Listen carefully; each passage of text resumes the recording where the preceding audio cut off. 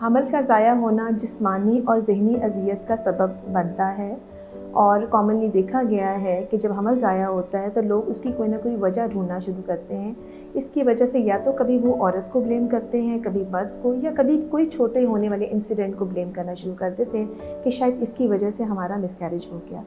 मैं यहाँ पे इस वीडियो में आपको ये बताना चाहूँगी कि अगर बिल्कुल शुरू के दिनों में हमल ज़ाया होता है तो उसकी क्या वजूहात होती हैं और हमारे पास क्या ट्रीटमेंट ऑप्शंस अवेलेबल है। अस्सलाम वालेकुम, मेरा नाम डॉक्टर साइमा ज़की है। मैं पिछले 20 साल से गायनी के शोबे से वाबस्ता हूँ।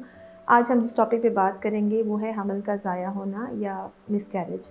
मिसकैरेज जो है वो उस पर बात करना क्यों अहम है, मिसकैरेज पर बात करना इसलिए अहम है कि ये बहुत कॉमन है प्रेगनेंसी में। ज़्यादातर प्रेगनेंसीज जो होती हैं, यानी अगर आप एज, वैसे तो एज वाइज डिफरेंस होता है, लेकिन अगर हम रफली बात करें तो 1 in 10 प्रेगनेंसी जो होती है वो एंड अप करती है मिसकैरेज के अंदर।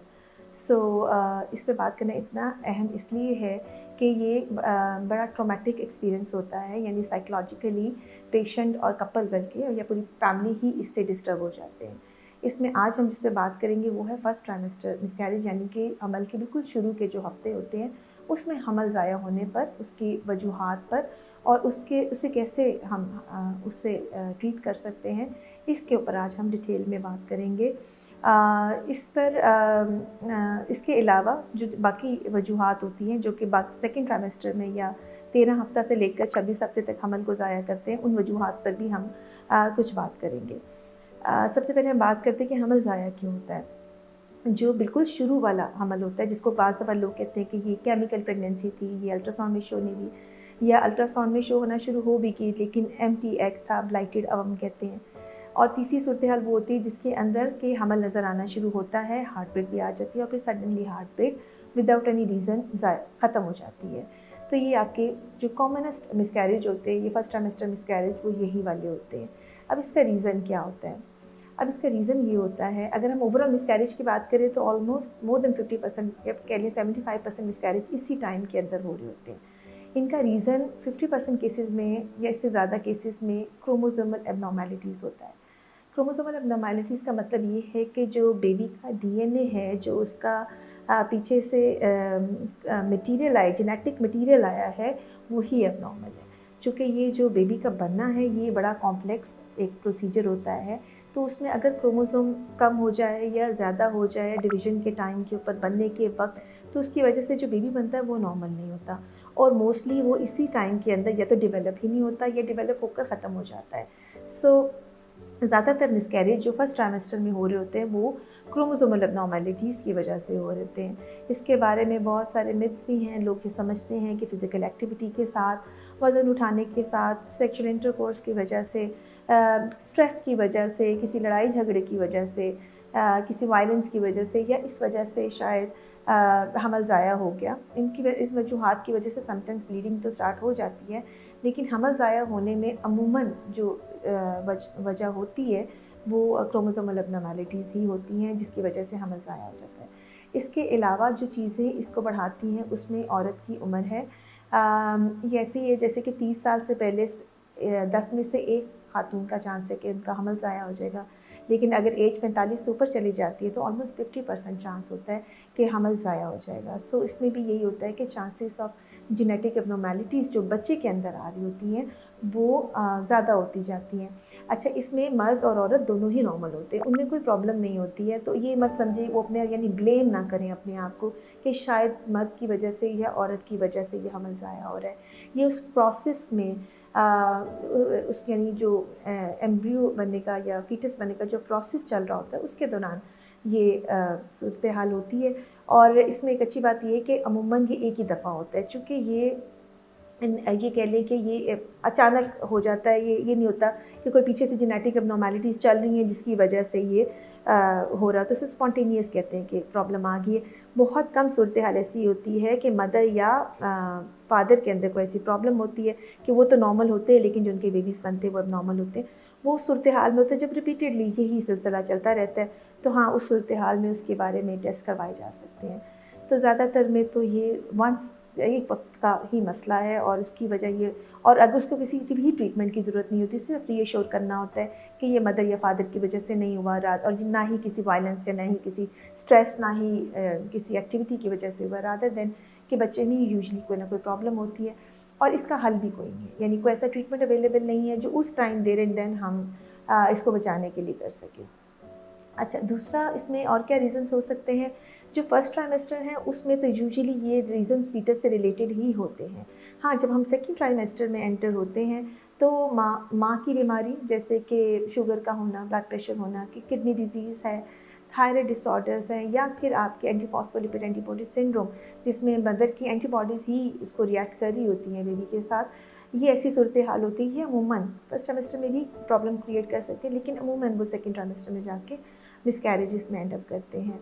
इसके अलावा अगर माँ कोई ऐसी दवाई ले रही है जैसे कि कोई जो कि बेबी को नुकसान दे सकती है, कुछ ब्लड प्रेशर की मेडिसिन होती हैं, बहुत ज़्यादा पेन किलर्स हो सकती हैं, कीमोथेरेपी की ड्रग्स हो सकती हैं, अगर वो इस तरह की कोई दवाई ले रही हैं तो डेफिनेटली वो भी चीज़ें मिसकैरेज में एंड अप कर सकती हैं। इसके अलावा अगर किसी किस्म का सब्सटेंस अब्यूज़ है, कोई ड्रग्स हैं, स्मोकिंग है, अल्कोहल है, इस तरह की कोई अगर चीज़ है तो वो भी मिसकैरेज में एंड अप कर सकता है।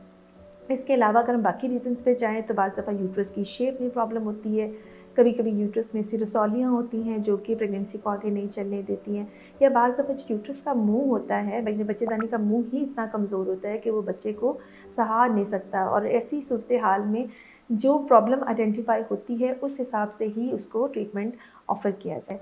अगर मैं ट्रीटमेंट ऑप्शंस के बारे में थोड़ा सा यहाँ बताना चाहूँ तो अगर हम फर्स्ट ट्राइमेस्टर की मिसकैरेजेस की अगर बात करते हैं, ट्रीटमेंट ऑप्शंस हमारे पास लिमिटेड होती हैं। इसमें अगर पेशेंट ब्लीडिंग के साथ प्रेजेंट कर रहा है, जैसे कि थ्रेटन मिसकैरेज है, थ्रेटन मिसकैरेज का मतलब है कि बेबी तो अंदर ठीक है लेकिन उससे ब्लीडिंग या स्पॉटिंग हो रही है और अभी यूट्रस का मुंह भी बंद है, इसे हम थ्रेटन मिसकैरेज कहते हैं। इसके लिए प्रोजेस्टेरॉन सप्लीमेंट या इंजेक्शंस प्रिस्क्राइब किए जाते हैं। इंजेक्शंस हमारे यहाँ कॉमनली कभी कभी ज़रूरत होती है, कभी कभी बिला ज़रूरत ही, कभी कभी पेशेंट की फरमाइश के ऊपर बहुत कॉमनली यूज़ किए जाते हैं, और फ़ायदा उनका तभी होता है जब उसको अब सही इंडिकेशन पर यूज़ किया जाता है। सो इंजेक्शंस या कभी वजाइना में रखने वाली टैबलेट्स या कभी खाने वाली टैबलेट्स, इन सारी सूरत हाल में प्रोजेस्टेरॉन सपोर्ट दी जाती है ड्यूरिंग प्रेगनेंसी फर्स्ट ट्राइमेस्टर। और जहाँ तक इसके रोल का ताल्लुक है तो इस पर हर एक की राय जो है वो आपको डिफरेंट मिलेगी, लेकिन इसको यूज़ करने का नुकसान नहीं है, आप इसको इस्तेमाल कर सकते हैं।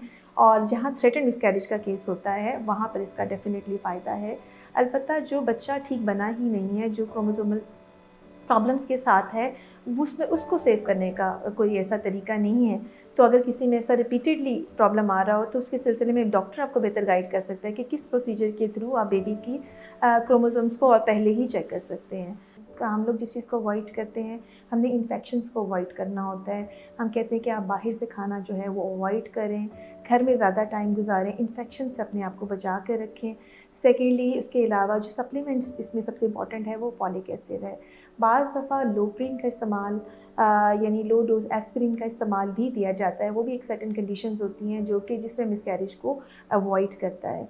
तो अगर आप अपने डॉक्टर के मशवरे से चलते हैं, वो आपकी हिस्ट्री को देखते हुए, आपकी कंडीशन को देखते हुए, नंबर ऑफ़ मिसकैरेजेस को देखते हुए, 1 है, 2 है या 2 से ज़्यादा है, उस सारी सूरत हाल को देखते हुए आपको बेहतर तरीके से गाइड कर सकता है कि आपके सिलसिले में किस तरीके से हम आपको मदद प्रोवाइड कर सकते हैं।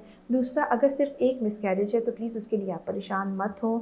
एक मिसकैरेज काफ़ी कॉमन फिनोमेना है, उसके कोई लॉन्ग टर्म कोई इफ़ेक्ट्स नहीं है। ये नहीं होता कि आप उसके बाद माँ नहीं बन सकते या कोई प्रॉब्लम हो जाएगी। अमूमन जो सेकंड हमल होता है, जो सेकंड प्रेगनेंसी होती है, वो ठीक चलती, इवन विदाउट एनी ट्रीटमेंट भी वो प्रेगनेंसी ठीक चल सकती है। सो इसके लिए अपने आप को बहुत डिप्रेस या परेशान करने की बिल्कुल भी कतई भी ज़रूरत नहीं है। अब इसमें एक और भी अहम बात है कि वो क्या साइंस हैं जिस पे आपको लगेगा कि आपका मिसकैरेज की तरफ जा रहे हैं। तो अगर आपको बहुत ज़्यादा पेट में दर्द की शिकायत हो, स्पॉटिंग का मसला हो रहा हो, बहुत ज़्यादा डिस्कम्फर्ट फील कर रहे हों, उस सूरत हाल में डॉक्टर से रब्ता करना ज़रूरी होता है। इसको फाइंड आउट करने का पता चलाने का तरीका सिर्फ आपके अल्ट्रासाउंड की रिपोर्ट होती है या बीटा एचसीजी लेवल है। इवन बीटा एचसीजी लेवल से भी आप इतने अच्छा आइडेंटिफाई नहीं कर सकते जब तक कि आपका डॉक्टर अल्ट्रासाउंड करके आपकी बेबी को नहीं देख लेता और उसकी कार्डियक एक्टिविटी को कंफर्म नहीं कर देता, तब तक हम किसी प्रेगनेंसी को फाइनली नहीं कह सकते कि ये ठीक चल रही है।